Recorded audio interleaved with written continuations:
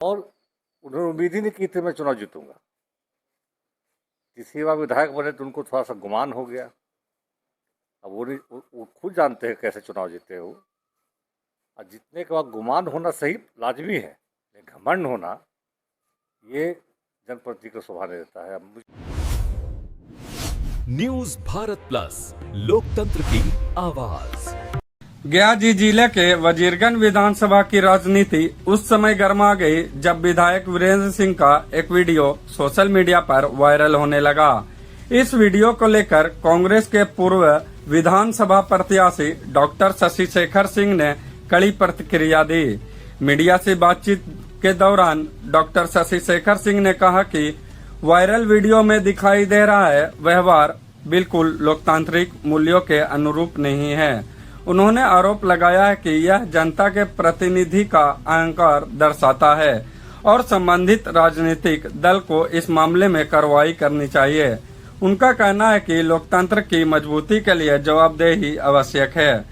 मेरे ख्याल से इतनी गंदी भाषा का प्रयोग उस प्रोजेक्ट इंजीनियर मुझे लगता है कि एफआईआर जरूर करेगा।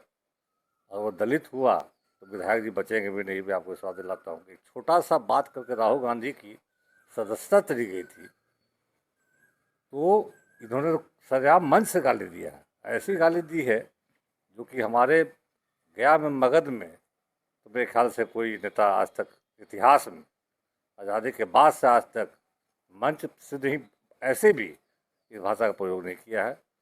दर्शाता है कि जो बरगम विधानसभा जनता जो नकार चुकी थी उनको, अब बिहार सरकार ने इनको जितवा दिया, तो दर्शाता है कि इनका घमंड। और जनता देख रही है कि कैसे विधायक हमने चुना है फिर से। वही महिला जो वोट दे रही है दी है इनको, जिस महिला का वोट से चुनाव जीते हैं, आज महिला वो पूछ रही है कि 2 लाख कहाँ गया। जिसे 15 लाख का जुमला था कि मोदी जी कहे थे 2014 के चुनाव में कितना काला धन आएगा, हर अकाउंट में 15 लाख जाएगा, तो 26 आ गया, 12 साल चले गए।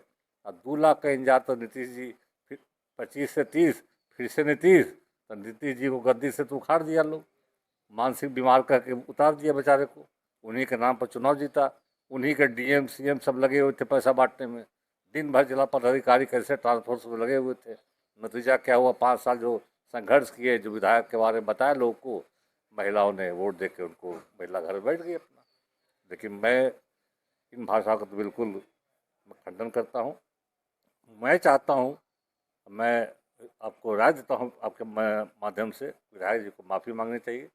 सार्वजनिक मंच पर उन्होंने जो गाली दिया है उसके लिए उनको उस प्रोजेक्ट इंजीनियर से उसकी भी कोई इज्जत है, उसकी भी प्रतिष्ठा है, एक पद है, उसको भी ठेस लगी होगी।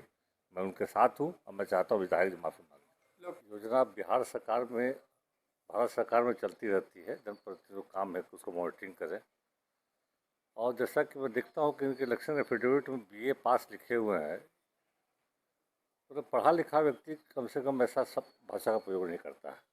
अब विधायक जी जबरदस्ती दबंगई दिखा रहे हैं ना कि हम बोल क्या रहे हैं ऐसा। आप सुनिए उनकी भाषा को कि गाड़ी में लौट रहे तो हमने ये बोला। ये क्या दर्शाता है? ये आपको घमंड दर्शाता है। वो जनता भोली भाली आपको सुन के बाहर निकल के वही लोग उटपटांग बोल रहे थे कि बताइए सब विधायक जी को ऐसे नहीं करना चाहिए। तो ये कुछ अब छुपने छुपाने की बात रही नहीं है। नेशनल कवरेज मिल चुका है इस चीज़ को।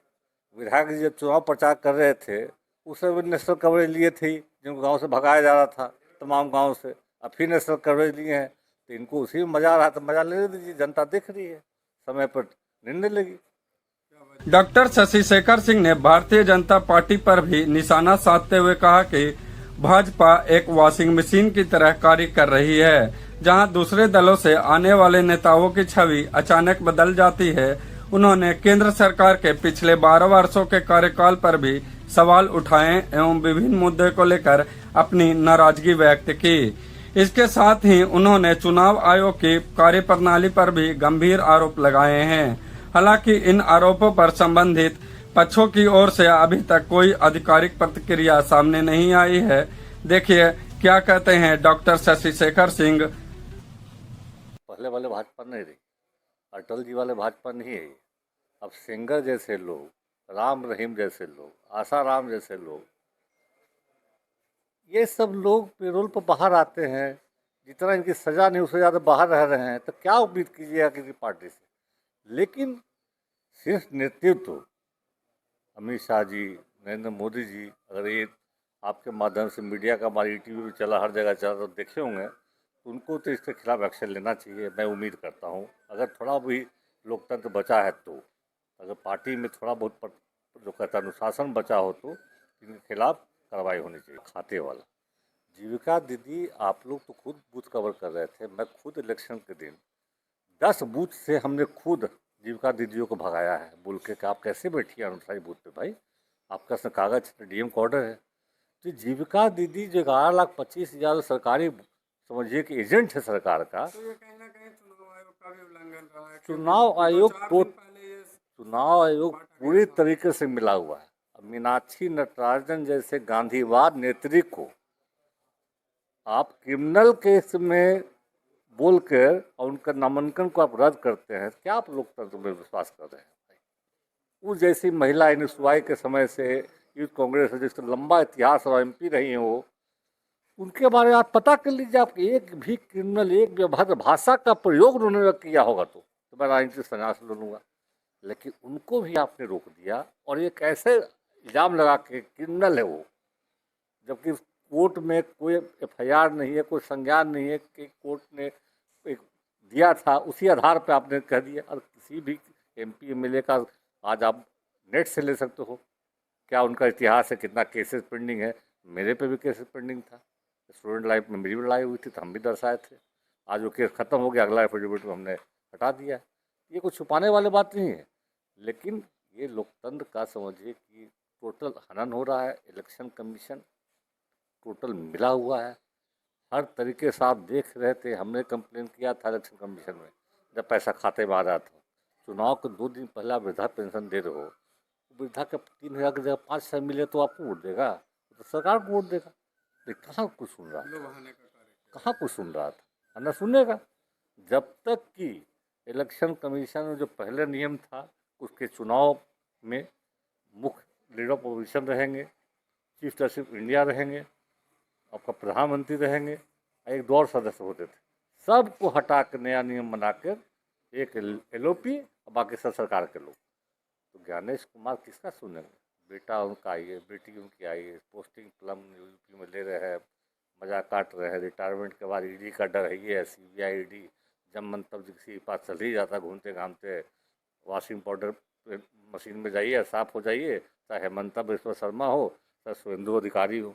वही उसी शुभेंदु अधिकारी को देखिए ना कि आपने मोदी जी ने मंच से दिखाया था वीडियो, और उन्होंने कहा था कैसे चोर टीएमसी के नेता हैं जो खुलेआम रिश्वत ले रहे हैं, और वही उनको सेरेमनी में जाके उनकी तारीफ करते हैं।